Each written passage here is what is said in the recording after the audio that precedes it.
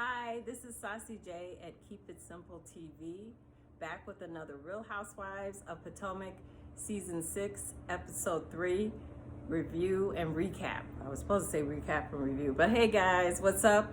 I'm back with another review. If you're new here, welcome. If you're returning, welcome back. And before we get into it, could you please do me a couple of favors? Please hit the like button, please hit the subscribe button, and leave a comment. Let me know you're out there, let me know you're watching. And your feedback would be greatly appreciated. All right, let's get into it. Mia, okay, the episode is called Jiminy Crickets. So I'm like, who says that? That's an old saying, and I'm like, is Mia revealing her real age? Because right about now, Mia is looking like 40, like 40 years old. I don't know. I mean, I'm still reeling at the fact that she had to look at her driver's license to confirm her real age. Okay, Mia, you're doing a lot of unforced errors, like lying unnecessarily. It's one thing to be like openly honest about your plastic surgeries, or little tweaks, and then you're lying about stuff that you don't even have to lie about. But anyway, we'll get into it. Also, Candace, girl, I'm pulling for you. They're giving you a good edit so far, but that makeup, what you do, piss off your makeup artist? I mean, that one confessional look where you got the orange on the eyes, I'm like, girl, what are you doing? Unfortunately for you, not a lot of people like you. So when you have to win people over, you always have to look good. They might say, I can't stand her, but oh man, her makeup was on point. Her hair was on point. Her fashions are on point. And Candace, I don't know. I really don't know. I don't know if you're going to make it past this season. I hope so, because I'd like to see black women like you that are intelligent and trying to get things from life back next season, because people are still hating on you and I don't know why. But anyway, we'll get into that as well. So, and then Wendy, you pissed off everybody last season too with your 4 degrees, and now this mean girl thing you're doing, it's not looking good for you either. So, but hold on, we'll get into it. Like I said, please leave me a comment if you're watching this. Let me know what you think is going on with Candace's fashions, if you care, and Mia's lies, and Wendy's mean girl trope. So anyway, let's get into it. So this episode, we start off at Robin's house, and she can't get out of bed. Due to COVID, the boys are having to do online schooling and or attend school online, and everybody's having a hard time waking up in the morning. And I think before we'd already seen that Robin was feeling a little bit down, tired, lethargic. So it's no surprise that they're showing now that she's having a hard time getting up.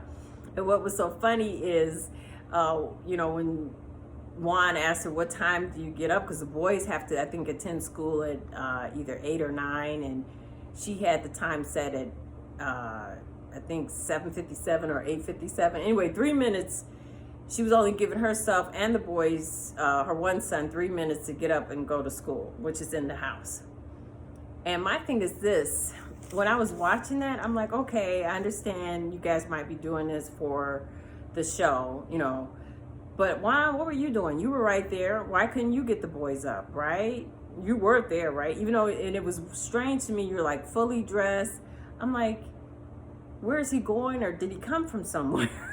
Because he was fully dressed, looked like he had, as the saying goes, shit showered and shaved, but the kids are still asleep, and Robin is still asleep. And according to other people, they noticed, I didn't want to be so critical, but they noticed that what would normally be his side of the bed was flat. The sheets hadn't been disturbed. I'm like, woo, people are rough. When you agree to put your life out there, man, people are very observant. So anyway, so Robin is like, she's tired. She's having a hard time getting up in the mornings. and she's depressed, you know, and everybody got affected in some way by this pandemic, you know, but, you know, Juan was kind of callous about it. And my thing is, she's been telling you she's been feeling down. She's been telling you that she doesn't, you know, feel mentally well, and you should just help out, Juan. What's really going on between you two? And I know she's probably depressed at their situation, the money she messed over. A lot of things are probably going on for Robin. So, but I just thought that was funny. And then I'm like, what's up with the boys? They're old enough to get up and take care of themselves at this point. I mean, I know we all, you know, sometimes still need a little nudge from our parents, but at that age, I was pretty much self-reliant, you know, and self-motivated. So I don't know, but hopefully they will work it out. Let's see. Then we go to Karen's house, and she is preparing for her Zoom call with her customers for her wig line, which is called La Dame. I didn't get the whole thing. La Dame Wigs by RPG. So the RPG is already a wig company, and I guess she's got a line with them. And it was fun seeing Ray help her set up. It kind of reminded me of what we're all doing, what all of us YouTubers are doing with our ring lights and getting the background, you know, together. So I thought that was cute. And and it was good seeing her customers, and they seemed excited to see her. And Karen's really doing the damn thing. I had, you know, last year, until the reunion, I was really pulling for Karen, and I even tried to get her fragrance, but I didn't want to pay $75 for it. They had it on HSN, and because everybody kept, when they would hug her, they would, you know, say, "Ooh, you smell good," and of course that was her own fragrance. The size I wanted to get, it was always sold out, which was like $25. I may break down and get it just to see. Also, we'll get to Robin as well. I tried to get Robin's baseball hats, which were more than what I wanted to spend, and all her hats were sold out, all of them. So her business is doing good. I said I was going to check her website again, but I checked it like last year when she announced that she was going to sell hats, and the girls had modeled her hats and everything. And I like the idea that her baseball caps have the satin lining, which helps our edges. So, but yeah, they were all sold out. So I know after that episode, after this episode, they were probably sold out again. So, you know, she's making some money, and looks like she's doing well, but you know, they'll never get back to what Juan had made, millions upon millions of dollars. I think Juan had like a $30 million contract or something, and the girl trusted somebody she shouldn't have, which was crazy. I would never do that. And she's supposed to be an accountant or a business person. But anyway, so yeah, if I'm going to be depressed, yeah, I'll be depressed about that.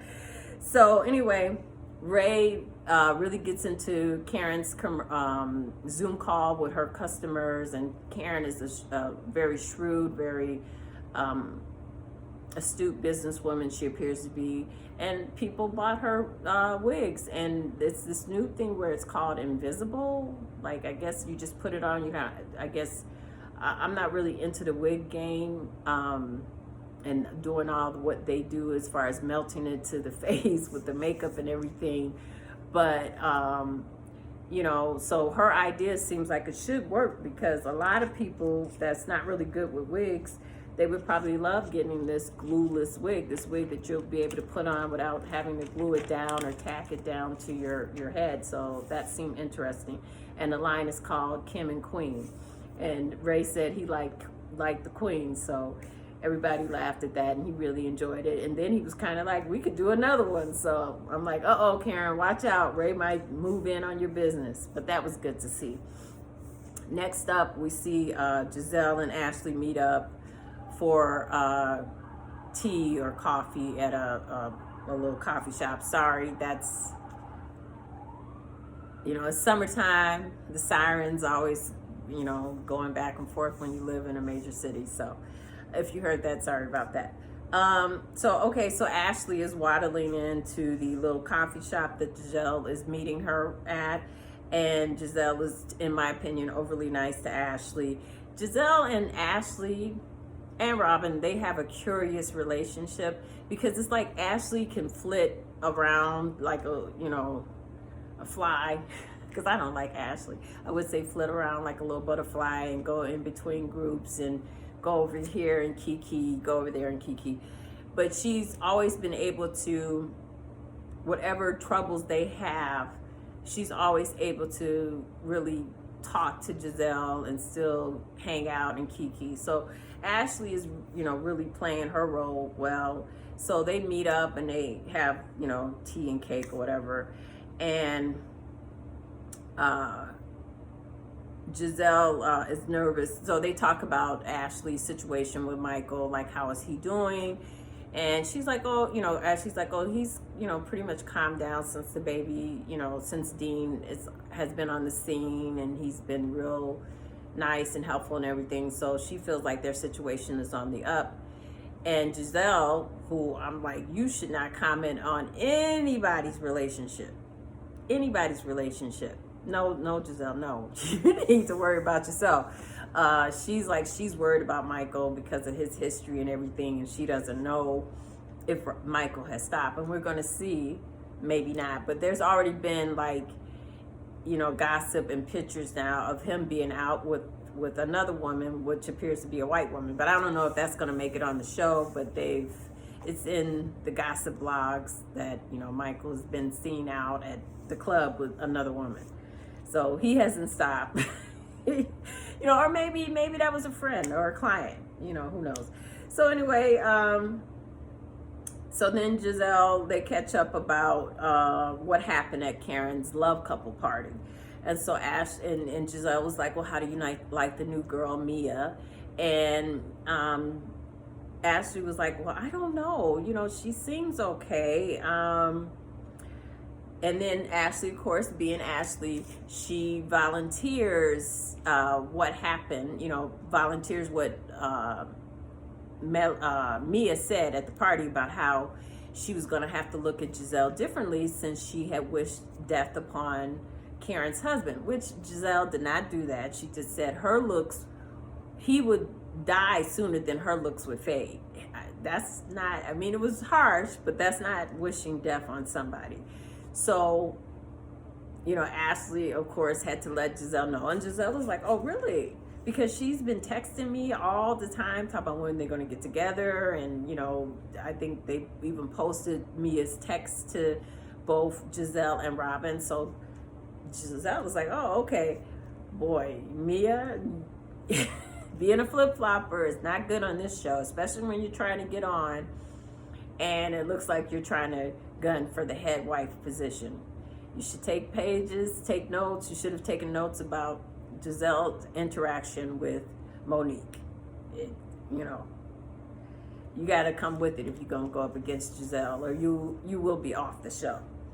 So, and then she also talks about how Mia volunteered that, she had all her children were born by three C-sections, but yet she, got the I hate to say it, the clit revamp or the, rejuvenation. And, so like Ashley was saying, well, if you had three C-sections, why did you need to do that? Well, then, Mia, lied and said that, her and her husband were getting it in a lot. So that's why she had to do that. So Ashley is making fun of, what, because then I think she let out at the party that she had been a stripper. So, or an escort. And so they were like, well, maybe it was flapping in the wind and stuff, and she had to get that stuff taken care of. So anyway, they had a good laugh at that. And so Giselle was like, well, I'm going to keep a lookout on Mia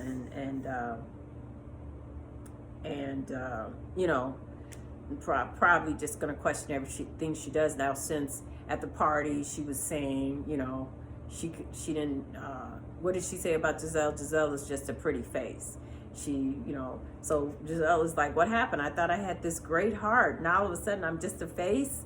So yeah, Mia, I think you may have made a misstep. You cannot talk like that in front of these women. They will all go run back and tell the head honcho about what you said. So anyway, so now after they get beyond that, Giselle says, you know what, I want to throw you a pamper party before before you give birth, which is kind of like weird, because I would think you would want the person to rest, and because the baby could come at any moment, and then why would you want to do a party like that? But in one sense it was nice, but in another sense it's like, man, so I don't know if that, that's a way of keeping Ashley involved in everything and being filmed for the show. But so anyway, Ashley's like, yeah, great, this would be so much fun, So, Giselle asked her, who do you want to invite? And she's like, she wants, Giselle was gonna call everybody but Karen. And then Ashley was like, no, I want Karen to come too. She's really been checking in on me during this time. So yeah, she deserves to be there. And Giselle, of course, doesn't want Karen to be there, but of course, it's Ashley's party. She's throwing a party for Ashley, so she has to invite Karen. And then they also agree that Mia, the new girl, should come too. So, and then next up, I took a lot of notes. We go over to Robin's mom's warehouse. And that's one thing. Robin appears to come from some money herself. Everybody's always on Candace about Candace coming from generational wealth and being spoiled. It seems like Robin grew up that way as well. She might not have went to a private school, but it seems like her parents did well, and they also allowed her boyfriend to move in, which I know my parents would have never done that. Allow some boy to live with me while in high school, even if he was homeless. I don't think my parents would do that, but they would do their best to try to help him find a place somewhere else. But anyway, her parents did, and that's, Juan and her have been dating since high school. So, and they pretty much seem to do a lot for her too. She's always been able to rely on her mother to get her out of sticky situations. But anyway, we meet Robin at Robin's mother's warehouse, where she's had to move her operations for her baseball hat company, and it's called Embellish. And like I said, I did go on her website, and all of her hats were sold out. So I don't know. I'll try again and see if I can get one, because some of them I do like. I thought they were cute, and they're lined with satin. So I'm not trying to do an advertisement for Robin, but I like to support, Black-owned businesses. And then while we're at Robin's mother's warehouse, we meet the new person. Like, girl, where have you been? Ascala. She's being introduced as Robin's friend. She's absolutely gorgeous. And she's helping Robin handle orders, packing up her hats and stuff like that. So I don't know if she was supposed to be a housewife or they're trying her out, but I think so far she's looking good. I thought it was cute. And I think she's interesting, and she seems like she has money and she's ready to get in there with the ladies. So nice addition, RHOP. Now, Roa, what are you going to do? I'm going to have to do another video on the status of Roa, RHOA, Real Housewives of Atlanta, because they're still having filming problems, they're still having casting problems, and they've had to push it back because they're trying to save the show. It's really bad. It's not good at all. But anyway, sticking with Potomac. So Wendy shows up in her Gucci basic stiletto pumps, and she's also supposed to be there under the guise of helping out Robin pack up all these orders. And so she comes in there, and I thought something was kind of funny how Robin introduced Ascala and Wendy, and she's like, here's your African sister. I'm like, aren't you guys all African? But anyway, and how would that happen if a white person did that? Because she even did a bit of an accent, and I'm like, okay, Robin. Okay, Robin, whatever. But yeah, so she was, she goes, here's your African sister. So Wendy's like, I'm Nigerian, what are you, Ascala? And Ascala's like, she's Ethiopian. So I thought that was cute. And it's good to see women from the continent on the show as well. I like that, because then you get to learn more. Like, I love the fact that Wendy is highlighting a lot of Nigerian stuff, especially the food and stuff like that. And I think she's going to bring on more Nigerian stuff. So I think that's good. And then if Ascala, is a permanent member of the cast, we'll learn more about Ethiopian history and food and culture and like I said before, history. So I think these are really great additions.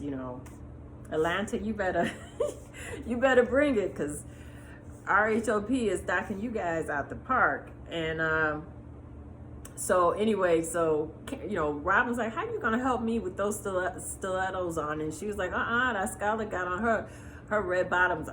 She said her Louboutins, but I say red bottoms. And but they were doing it. I thought that was a cute scene. And while there with Robin, Wendy announces that she's gonna start her own home essentials line, basically starting off with candles. And Robin's like, oh, and then in her confessional, she hates on Wendy, which I hated, because it was like, Robin, come on, girl, people don't like you either, and they want to see you off the show. And how many ventures have we seen you try to do yourself? 1 minute you're a public relations person, next minute you're going to sell houses. Then you were holding up women's empowerment thing where you were actually charging people. And, you're always trying to do something, trying to get to the money. There's nothing wrong with that, as you should, because The Real Housewives is a large platform, and that's what you guys should do. And I think that's what Andy Cohen wants all the wives to do. When you come on there, use it to, to do other things. Like Bethany Frankel is a multimillionaire. She signed a $110 million deal all on her skinny girl stuff. And I remember when Sheree didn't listen, when she said, who gonna check me, boo? Everybody's like, that's a t-shirt, that's everything. I think even, people put that on onesies, like and she didn't do it. She didn't copyright it. She didn't trademark it. She didn't get nothing for that. So yeah, if Wendy wants to do a candle, and I think it's called Oyin, or I can't pronounce it. And it looked like it was well thought out. The packaging looks great. The candle looks great. I love candles that are white, because they can go with any interior. Because one of the scents I like all the time is rose, and they always put a rose color. Well, I don't want to have pink in my house. I like it when it's in, like how she had it, white, and it just goes with everything, but the scent is rose. So I think her candle is very well thought out. So anyway, Robin, you being a hater, that's not nice. And everybody was open to what you were doing, except for your friend. Your friend hated on you a little bit, Giselle, because she's just a natural hater anyway. So Wendy brings up what happened at the party, because Robin was there. Because I think they said, I don't know if Ascala asked her, or if they asked her why didn't she show up, and Robin was like, nah, Juan didn't want to go. Juan don't want to go to most of the stuff that you have to go to. Why didn't you go? Because you don't like Karen. Just say that, because Karen gets you together. Every time you guys get together, every time you try to say something, Karen just lights you up, and you don't know how to handle Karen. So then they segue to Mia. We go to Mia's house and she's, with her husband, and they're working on their business, whatever. And Mia receives an invitation to the pamper party that Giselle is throwing for Ashley. And Mia uses that time to talk about what happened at the party. And she asked her husband, hey, did you hear what was going on with us ladies? And he's like, no, I was in the kitchen. He's like, I heard a little bit, but I wasn't paying no attention. I was in the kitchen with the guys doing guy things. Exactly. Men don't pay no attention to women cackling. They don't.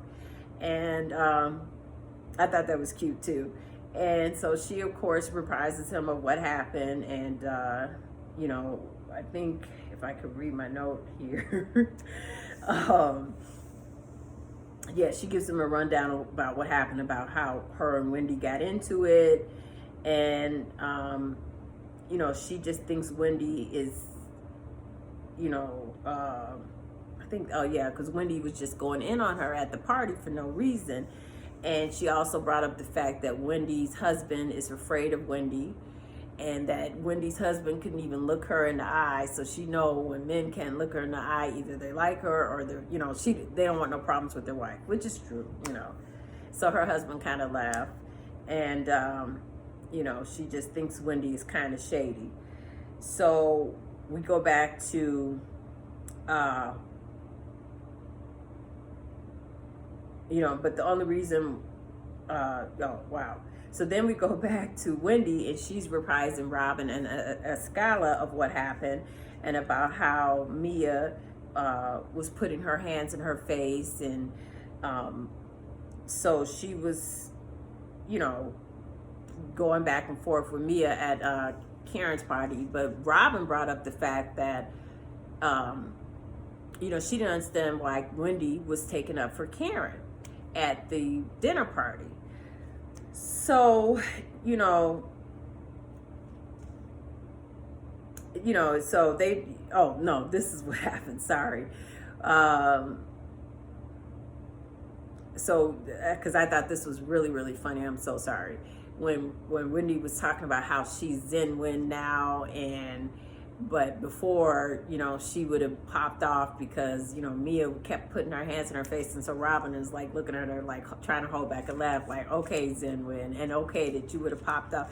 It's like, Wendy, no, it's not, you know, it's like, I can tell you trying to bring it for the season, but it's like you're doing too much. You're doing too much, because girl, you would have never popped off. You would have never done nothing to Mia. It's just like Mia said, what are you gonna do? You know, what are you going to do about my hands in your face? You're not going to do anything. That's what I would finish it up with. Like, you talk with your hands, I talk with my hands. Now what? So anyway,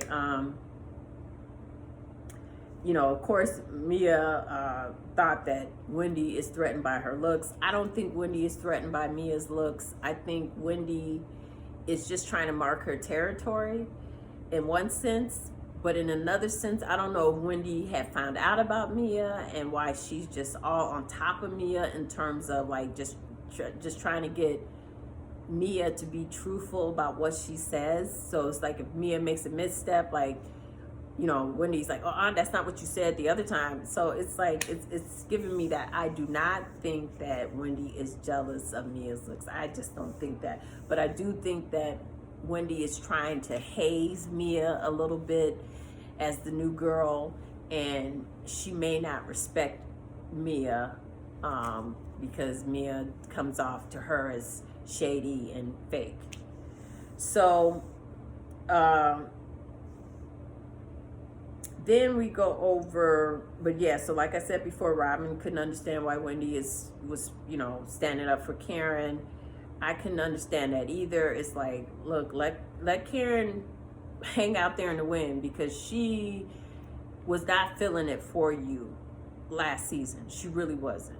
And, you know, I don't like people like that. I understood where you were coming from. Like, girl, we've been to so many events. We might not know each other, like, to a point where I'm coming over your house and hanging out, but we've seen each other enough. We've heard each other's names enough to know that you know me, that I've seen you around. But Wendy kept playing like, I don't know you, I don't know you. So now you're taking up for her. I'm with Robin on that one. So now we segue over to Candace's house, and Chris has no job because, remember, at the reunion he said they sold the business, and he really didn't sell the business. He only had, oh yeah, because Candace did at the reunion point out that Chris only owned a portion or probably percentage of the business, which was enough for him to be able to say on the show that he owned his own restaurant. But really, Chris don't have no money. He don't have no job. He's just, I don't know, Candace, like, really, why him? You know, but a lot of women are doing it. And so we see Chris, no job, drinking during the day. And Candy thinks this is the perfect time to call her mom, I think. Or no, her mother called her.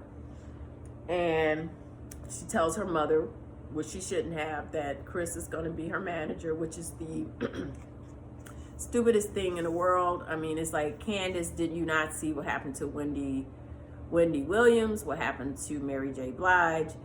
And if Chris can't manage to hang on to a percentage in a restaurant, how can he manage your career, your music career? Which I hope that's not true. I hope it's just something in the like a storyline for the show. She did say he's a husbander, and I think he cleared it up later that, you know, he's managing her, not so much managing, I guess, the legal aspects of her career, which would be better, because this man don't know nothing. You know, I don't know what he's doing. He just go around impregnate women. He got all these kids and baby mamas and no money, no job, no money. And my thing is this: they're hiring at the post office, Chris. Get a job. You know, just you can do something. But if they like it, I love it. If Candace is fine with that, and just like her mother said, good luck with that. I didn't really like the way Candace kind of was talking to her mom a little bit too tough, because this is the same person that when things go left, you're going to be asking her for money. So, and you brought your mother into this. She has her opinions and she can say them. And like she said, good luck with that.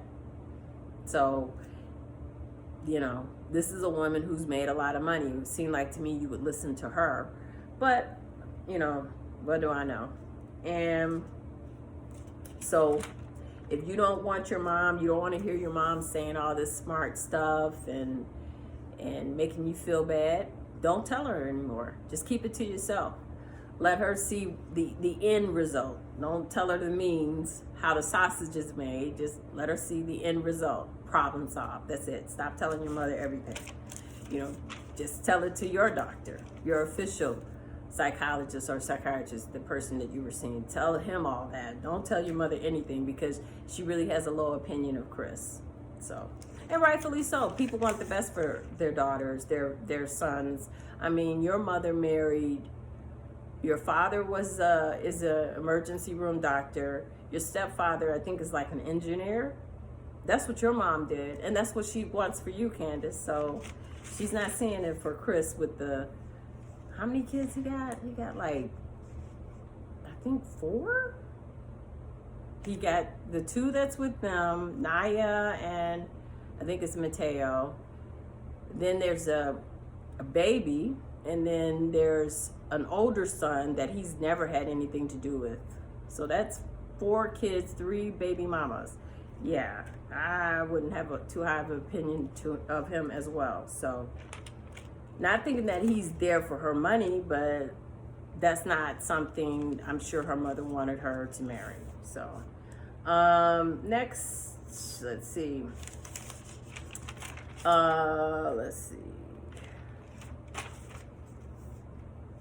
So Wendy goes to Karen's house for mentorship. Remember last season she was saying she didn't need to be mentored by by Karen and or mothered or whatever. So anyway, she goes to Karen for mentorship for her impending candle business.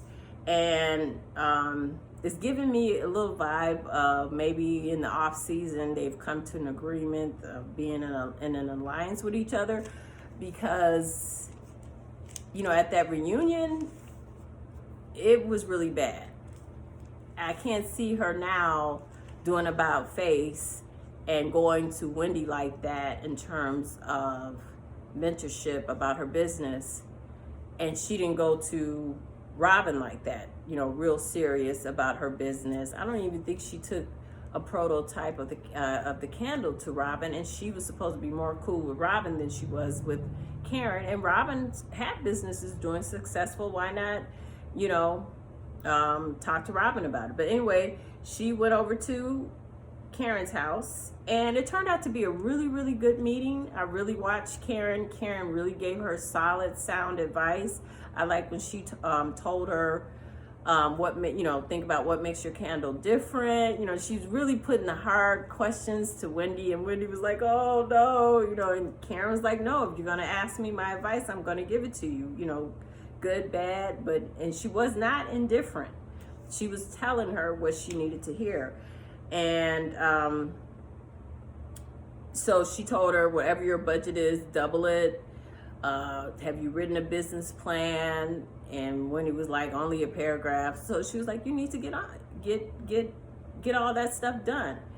And thinking about it, as I talk to you guys about it, I could see her going to Karen because Karen's businesses are successful. Even though everybody laughed, like they couldn't believe that who wanted to buy her fragrance. Well, a lot of people did. Like I said, now it's selling in Bloomingdale's, but I was going to get it off of HSN, Home Shopping Network, and now she's got the wig stuff, the wig line. So maybe it will work out for. Maybe it will work out for Wendy. I was really impressed by the advice that Karen was giving Wendy. She was giving her real advice, and wanted to see her make it. She also Karen was also impressed by the candle itself. She liked the scent. So I said, okay, Karen knows how to, keep it, professional.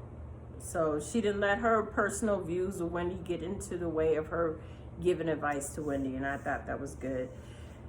And next, we see Mia, and Mia lets us know that her ex-husband Tim and her new husband G, they get along, and they both, help each other out in raising her oldest son Joshua. So I thought that was good, that the men are on good terms and they're able to sit down with one another and take photos and all that stuff, which is, I would think that would be expected because Gordon is older. So he's been through life. He's got 3 ex-wives. So I think that's, I don't think Gordon would be petty like that. And it's good to know that her ex-husband, in order to stay in his son's life, is very accepting of G as well. So that was good. And then they discuss Mia's mother, who lost her. I think the child services had to get Mia out of her situation with her mother because I guess both her parents were drug addicts. And so her mother lost custody and Mia ended up in foster care. So they've been rebuilding their relationship as of late, I should say. And, Mia has a lot of unanswered questions and basically abandonment issues because she remembers a time when she was like 6 years old. She was waiting for her mother to come get her for Christmas. And she fell asleep on this hard, cold floor and her mother never showed up. So she's got a lot of questions, but the thing is, does her mother want to answer those questions, or does her mom just want to move forward? Because it might be hard for her mom to look back at like, man, I messed up my life so that I lost custody of my daughter. And, and she has to relive all what she did and take ownership of that. So that's hard for people to do. But I like the advice that her husband gave her, just to be patient. And he thinks that her mother will arrive to a good place if she's patient with her mother. And I think that's good because that's the only thing she can do, Next, and I thought that was good. Let me see. Oh, I tell you, these notes are like a lot because I want to give a good recap and review, and it's just so much, you guys, so just bear with me. So then now after that happened, we see Karen go over to Candace's house. Karen is really impressed by Candace's new house. She's happy to be there. You could see the happiness in one sense, although if I was Candace, I would never trust Karen ever again. And I kind of, I'll just tell you what happened first and then I'll give my 2 cents. So Karen shows up. She's impressed by the house. The meeting is a little awkward between the 2 ladies because I could still see that, Candace wants to be back cool with Karen, but she knows she really can't trust Karen. So she's like, we made sure the stoop was clean. It took us forever to, de-ice it. And the greeting was kind of awkward. Because Karen just really wants to pick up where they left off, and just forget that the fight ever happened and her position in it, and, stuff happened, and, let's move forward. And Candace is still stuck back there, and I can understand because, this was a person that which I didn't understand at the time, you tried to turn Karen into like a full mother for you, a godmother, whatever. And you just really met this person. That was a lot to put on somebody. And, if anything, you should just made her as a good friend. Like, I didn't understand why, and maybe for the show you did it too, like why you had her say stuff at your engagement party. That was a lot. And so anyway, so when the fight happened and she didn't have your back, she wasn't even really neutral. You are where you are. Because I don't think Karen was at the same spot as you. I think she liked you a lot, but I don't think she really saw you as a daughter. She played, mother role for the show, but because we know had somebody attacked Raven the way Monique attacked you, it probably would have been, scorched earth policy on Karen's part, especially if her daughter didn't hit anyone. All she was doing was saying flipping stuff. It's like, I'm sure Karen wouldn't have been neutral or on the other person's side at all. But anyway, people don't gain understanding sometimes until the stuff happens to them. Then it's like, oh, it's the worst thing in the world. Well, it happened to your friend and you weren't sympathetic then. So it's just, it is what it is. So, Candace is still focusing on the fight, which is silly at this point. If I was Candace and if I had advised her, before you go into this season, hey, forget about that fight. Just ask Karen, why did she go to HR and try to get you fired, knowing that this is your main money? That the reason why they got that house and able to not have Dorothy on that mortgage note is because of the show. So you were trying to take food out of this girl's mouth. So that's what I would have been focused on. Forget about, I would have accepted the fact, I thought we were really, really cool. Maybe we weren't at that point, but you tried to get me fired. So, but Candace didn't bring that up at all. Maybe Bravo directed them or the production team directed them not to do that. Instead, she focuses on the fight. Karen says she wouldn't do anything different. And Candace is like, she can't trust her and she's gonna keep it cute. That's all you can do. Just keep it cute, keep it cordial, and don't slide back to being friends with Karen, because Karen really is friends to no one. She's the opposite side of Giselle. Ooh. She's the opposite side of Giselle. She is not friends to anybody, neither is Giselle. They're all out for themselves. So what? It's a reality show, as they should be. So one of the things I like about when Giselle throws parties, she has like cute stuff. I love the little game she had as far as the pregnancy photos of the women, and you had to guess who was who. And it was so funny, she even had a picture of Candace, and everybody know Candace is not pregnant. So right away the women are thinking, oh, did she have a miscarriage, And so Candace was like, no, I was pregnant with possibilities, So they just all laughed. I thought that was cute. And that's one of the things that, once again, Atlanta needs to get back to, the fun. We need to see the ladies laughing, having a good time, not always WWE. So anyway, I thought that was good. And so they have, what's her name? Ash. Oh, that's where, once again, Ascala shows up because Robin was able to bring a +1. I thought that was interesting. And so Ascala meets Ashley. Ashley, being her nasty, shady self, can't even accept the gift. And the girl was like, is this the good stuff? Ashley was like, is this the good stuff? I'm like, wow, can't you just take the gift? And so the girl was like, yeah. Everybody was like, yeah, that's the good stuff. But people love Ashley. But if Candace was to do it, Candace would have hell to pay. But, Ashley has the skin color for the protection from the people. So anyway, I do not like Ashley. If she were to leave the show tomorrow, I'll be happy, because who cares about her and that, freaky husband of hers. So anyway, Wendy enters the room with, I thought that was so funny. When she shows up, she always has her breasts out now, and happiness enters the room before her. And so Wendy also, while they're all talking, is always feeling on her boobs. Giselle is like, girl, would you stop touching yourself? Get over the fact you got these new boobs. And then Mia and her gets into an argument about what happened at the party, and they start going at it again.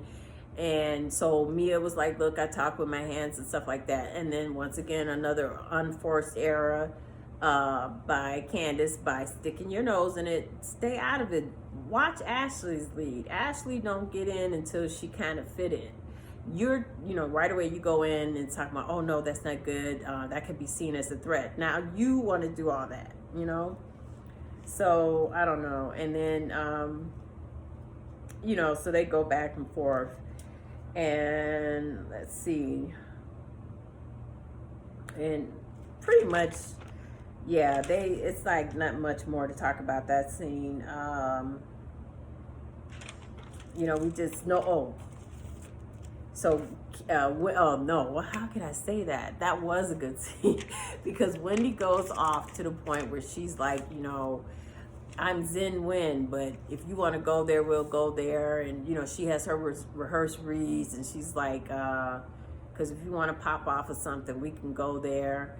I won't be Zen Win, because now she's supposed to be Zen Win. Yeah, right. And, TikTok. I'm like, Wendy, you sound stupid. You got to get your reads better. You're not good at the reads.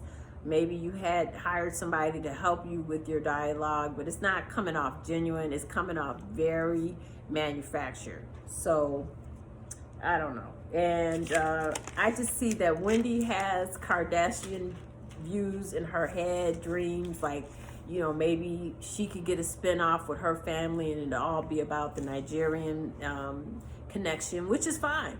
But Wendy, you got to make people like you. You got to make people want to be interested and see you in that dynamic.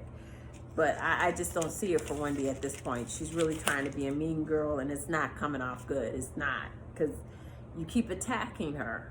Even Robin just flat out was laughing at you in the way you were acting. So I don't know. And the thing with Robin and Giselle, that duo is like, it's very toxic. It's just very toxic, and nobody seems to really see it, other than Monique. She did see that, called them the Green-Eyed Bandits. And so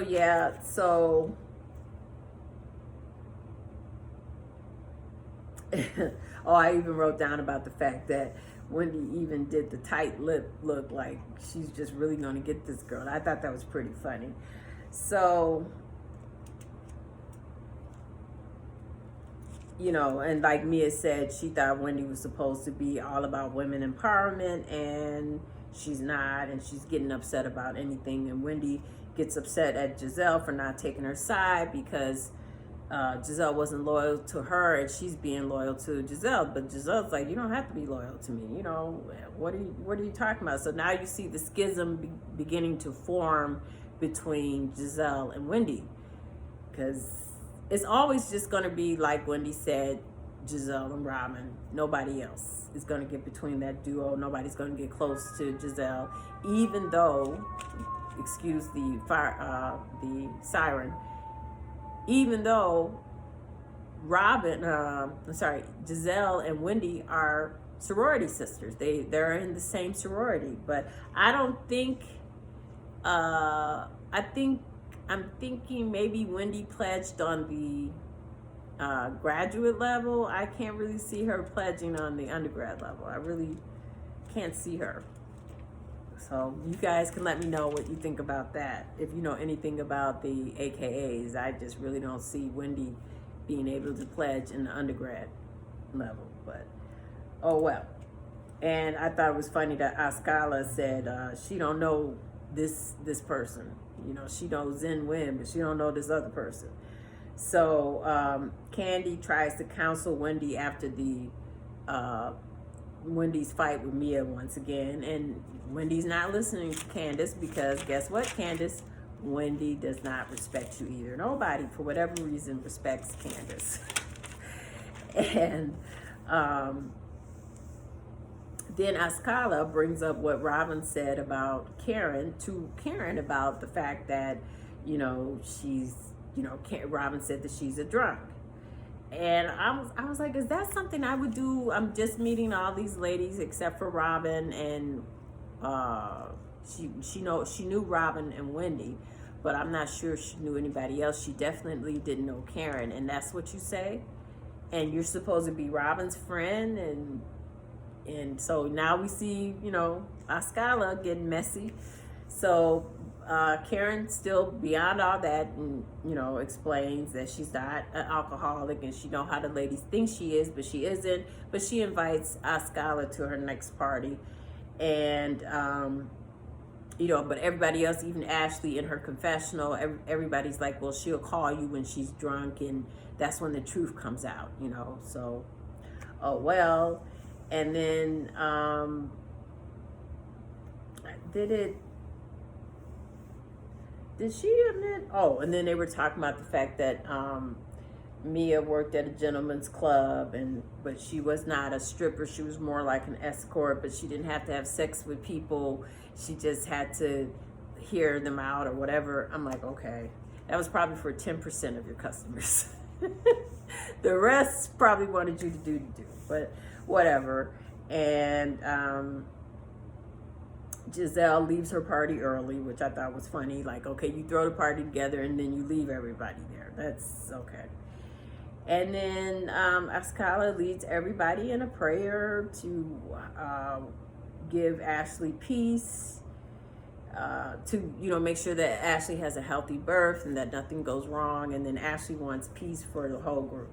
So we should see. So anyway, I did this. This review is kind of long once again. It's a very good season. I can't wait to see more from Ascala. I think it's going to be interesting. And like I said throughout, Wendy, the mean girl trope, is not looking good. People don't like it. You go from the 4 degrees and women empowerment to taking another woman down for whatever reason. But maybe we'll find out why as the season goes on. And that's it. So thank you for watching. Until next time, bye.